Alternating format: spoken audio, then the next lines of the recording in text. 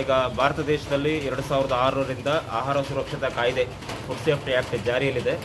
ಈ ಪ್ರಕಾರ ಪ್ರತಿಯೊಬ್ಬ ಆಹಾರ ಉದ್ಯಮಿ, ಫುಡ್ ಬಿಸ್ನೆಸ್ ಆಪರೇಟರ್ಸ್ ಅಂತ ನಾವೇನು ಕರಿತೀವಿ, ಇವರು ಸಂಬಂಧಪಟ್ಟ ಇಲಾಖೆ ಅಂದರೆ ಆಹಾರ ಸುರಕ್ಷತೆ ಗುಣಮಟ್ಟ ಪ್ರಾಧಿಕಾರದಿಂದ ರಿಜಿಸ್ಟ್ರೇಷನ್ ಅಥವಾ ಲೈಸೆನ್ಸನ್ನು ಕಡ್ಡಾಯವಾಗಿ ಹೊಂದಿರಬೇಕು. ವಾರ್ಷಿಕ 12 ಲಕ್ಷಕ್ಕಿಂತ ಕಡಿಮೆ ವಹಿವಾಟುದಾರರು ರಿಜಿಸ್ಟ್ರೇಷನನ್ನು ಪಡೆದುಕೊಳ್ಬೇಕಾಗ್ತದೆ.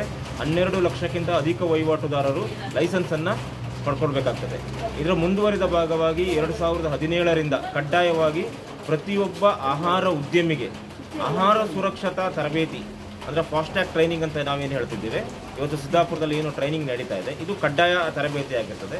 ಪ್ರತಿಯೊಬ್ಬ ಆಹಾರ ಉದ್ಯಮಿಯೂ ಸಹ ನಾಗರಿಕರಿಗೆ ಗುಣಮಟ್ಟದ ಆಹಾರ ಪದಾರ್ಥ ದೊರಕುವ ನಿಟ್ಟಿನಲ್ಲಿ ಈ ರೀತಿಯ ತರಬೇತಿಯನ್ನು ಕಡ್ಡಾಯವಾಗಿ ಪಡೆದುಕೊಂಡು ನಿಮ್ಮ ಆಹಾರ ಉದ್ಯಮ ಸ್ಥಳ, ಹೋಟೆಲ್ ಇರ್ಬೋದು, ಅಂಗಡಿ ಇರ್ಬೋದು, ಅಥವಾ ರಸ್ತೆ ಬದಿ ವ್ಯಾಪಾರಿಗಳಿರ್ಬೋದು, ಅಥವಾ ಇರ್ಬೋದು, ನೀವೇನು ಆಹಾರ ಉದ್ಯಮವನ್ನು ನಡೆಸ್ತಿದ್ದೀರಿ, ಇಲ್ಲಿ ತರಬೇತಿಯಲ್ಲಿ ನೀಡುವಂಥ ಕೆಲವೊಂದು ವಿಷಯಗಳನ್ನ ನಿಮ್ಮ ಉದ್ಯಮದಲ್ಲಿ ಅಳವಡಿಸಿಕೊಂಡು ಪ್ರತಿಯೊಬ್ಬ ನಾಗರಿಕನಿಗೂ ಸಹ ಗುಣಮಟ್ಟದ ಆಹಾರ ಪದಾರ್ಥಗಳು ಸಿಗುವಂತಾಗಬೇಕು ಎನ್ನುವಂಥದ್ದು ಈ ತರಬೇತಿಯ ಉದ್ದೇಶ.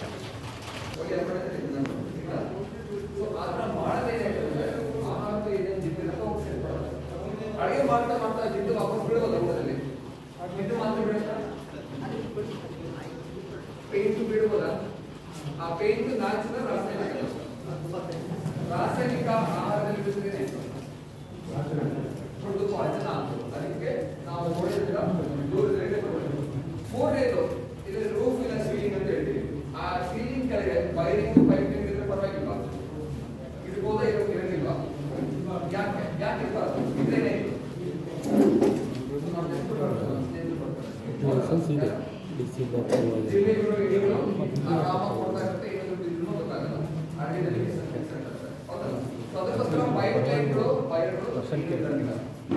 ಎರಡನೇ ಪಾಯಿಂಟ್, ಮಕ್ಕಳು ಹುಟ್ಟಿದ ತಕ್ಷಣ ಪ್ರತಿ ವರ್ಷ 5 ವರ್ಷ ತನಕ ಆಸ್ಪತ್ರೆಯಲ್ಲಿ 2 ಡ್ರಾಪ್ ಆಯಿಲ್ ಆಗ್ತಾರಲ್ಲ, ಯಾಕೆ ಹಾಕಿಸ್ಕೋಬೇಕು? ಹಾಕ್ಲಿಕ್ಕೆ ಚಾಲೆಂಜ್ ಆಗ್ಬೋದು. ಅದೇ ತರ ಕೋವಿಡ್ ಟೈಮ್ ಅಲ್ಲಿ ನಮ್ ಕಾಯಿಲೆ ಬಂದ ನಾವೇನ್ ತಗೊಂಡ್ವಿ? ಕೋವಿಡ್ ವ್ಯಾಕ್ಸಿನ್ ತಗೊಂಡ್ವಿ. ಇದು ಪ್ರಿಕಾಷನ್, ಒಂದು ಪ್ರಿವೆಂಟಿವ್ ಮೆಷರ್. ಅದೇ ತರ ನಾವು ಫುಡ್ ಬಿಸ್ನೆಸ್ ಮಾಡಬೇಕಾಗಿದೆ, ನಮ್ಮ ಹತ್ರ ಕಂಪಲ್ಸರಿ ಮೆಡಿಕಲ್ ಫಿಟ್ನೆಸ್ ಟೆಸ್ಟ್ ಅಂತ ಮಾಡ್ಕೊಳ್ಳೋದು. ಈ ಮೆಡಿಕಲ್ ಫಿಟ್ನೆಸ್ ಟೆಸ್ಟ್ ಯಾರು ಮಾಡ್ಬೋದು? ನಾನು ಕೊಡ್ಬೋದಾ ನಿಮಗೆ ಸರ್ಟಿಫಿಕೇಟ್? ಇಲ್ವಾ? ನಾನು ಕೊಡ್ಬೋದಾ? ಇಲ್ವಾ? ಯಾರು ಕೊಡ್ಬೋದು ಅಂದ್ರೆ ಡಾಕ್ಟರ್. ಯಾರು ಡಾಕ್ಟರ್? ನನ್ನ ಡಾಕ್ಟರ್, ಚರ್ಮ ಡಾಕ್ಟರ್, ಯಾವ ಡಾಕ್ಟರ್ ಕೊಡ್ಬೋದು? ಜನರಲ್ ಫಿಸಿಷಿಯನ್ ಅಂತ ಹೇಳ್ತೀವಿ. ಇದರಲ್ಲಿ 4 ಪಾಯಿಂಟ್ ಇದೆ. ಒಂದು ಫಿಸಿಕಲ್ ಎಕ್ಸಾಮ್ ಅಂದ್ರೆ ಏನು? BP ಪಲ್ಸ್ ಚೆಕ್ ಮಾಡ್ತಾರೆ, ಮುಂಚೆ ಏನಾದ್ರೆ ಕಾಯಿಲೆ ಬಂದಿಲ್ವಾ ಚೆಕ್ ಮಾಡ್ತಾರೆ. ಎರಡನೇದು ಏನ್ ಚೆಕ್ ಮಾಡ್ತಾರೆ ಅಂದ್ರೆ ಕಣ್ಣು ಟೆಸ್ಟ್ ಮಾಡ್ತಾರೆ. ಕಣ್ಣು ಯಾಕೆ ಚೆಕ್ ಮಾಡ್ತಾರೆ? ಚೆನ್ನಾಗಿ ಕಾಣುತ್ತಾ, ಹತ್ತದಲ್ಲಿ ಕಾಣುತ್ತಾ, ದೂರದಲ್ಲಿ ಕಾಣುತ್ತಾ ಚೆಕ್ ಮಾಡ್ತಾರೆ. ಮೂರನೇದು ಚರ್ಮ ಟೆಸ್ಟ್ ಮಾಡ್ತಾರೆ. ಚರ್ಮ ಯಾಕೆ ಟೆಸ್ಟ್ ಮಾಡಬೇಕು?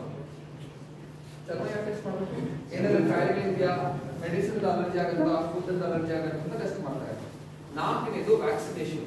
ಮಕ್ಕಳಿಗೆ ಹೇಗೋ ಪೋಲಿಯೋ ತಗೊಂಡು, ಕೋವಿಡ್ ಟೈಮಿಗೆ ಕೋವಿಡ್ ವ್ಯಾಕ್ಸಿನ್ ತಗೊಂಡು, ನಾವು ಕಡ್ಡಾಯವಾಗಿ ಟೈಫಾಯ್ಡ್ ವ್ಯಾಕ್ಸಿನ್